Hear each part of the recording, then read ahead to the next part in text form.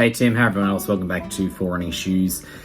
It was great to see your latest video, Tim. I admire you for getting up so early every day and love to hear about the kind of faith experience that is as well. I have had periods of time where I have gotten up early to run, 10 plus kilometers, and I'm not doing that to myself this year. I've done it for months at a time, and I've seen good results as a result of that. But I'm going to struggle to get up at 5:30 because the time you need to run 10, 15 kilometers in the morning before work is a fair amount. This season, I am doing most of my running in the evenings.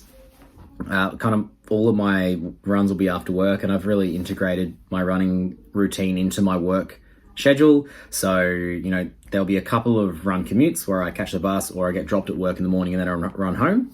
And I'm planning on utilizing other tracks around the area after work as another run.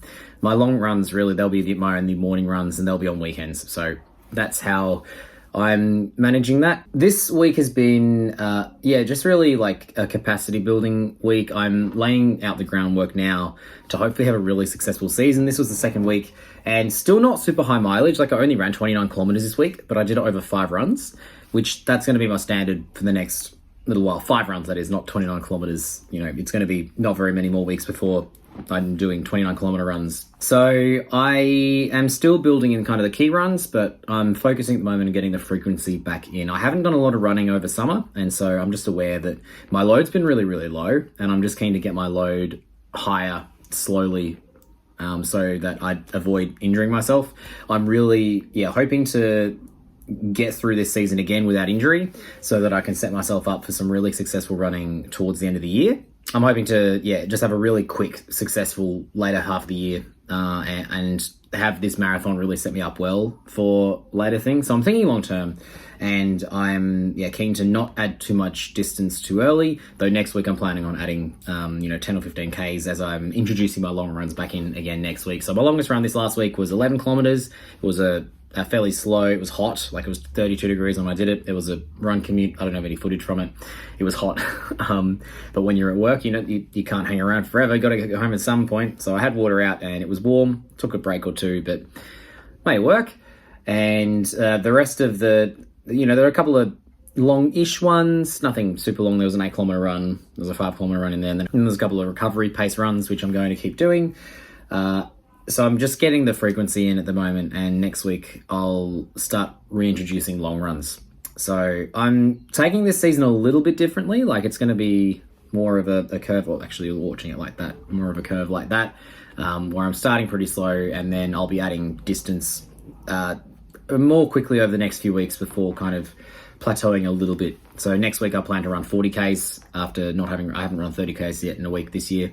And then the following week will be possibly getting up towards 50 and starting to add distance fairly quickly now that I'm getting the frequency in.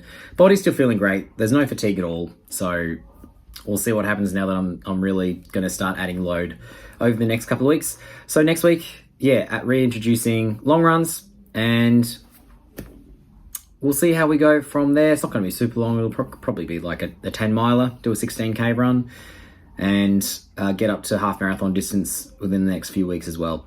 That's what I'm looking forward to anyway. So this half of the season, I'm trying something a bit different, just building capacity, more frequent runs, and getting the load started slowly. And then I'll start reintroducing other things fairly soon. I'm also keen to get the speed training run in at some point. I'm not really sure when that's going to fit in my week yet, but I'll make something work out. I know last week I spoke about getting enough sleep as well, and that was going to be one of my big focuses, and last week I didn't do a good job of it, as in a fortnight ago. This week though, I averaged 6 hours and 23 minutes a night, which is still much less than I want, but it was more than the previous week, so that's a win. I'm going to keep working on that, and I want to keep reporting on that because I think that's going to be a big thing for me, because I think that was a huge drawback from my previous season, and I want to avoid that as much as I can. As in, not getting enough sleep was a huge impact on my last marathon, and so I'm hoping that focusing on sleep is going to support my body to run the time that I'm aiming for. I'm aiming again, by the way, I forgot to share this. I'm targeting a sub 4 hour marathon. That was my goal last time, didn't make it. So I'm setting that goal again. And yeah, it's going to be shaving a fair bit of time off my previous time, but I think it's doable. So that's the goal. Anyway, I'm going to leave it there. Thank you so much. Make sure you check Tim's video out on Thursday, and I'll see you next time.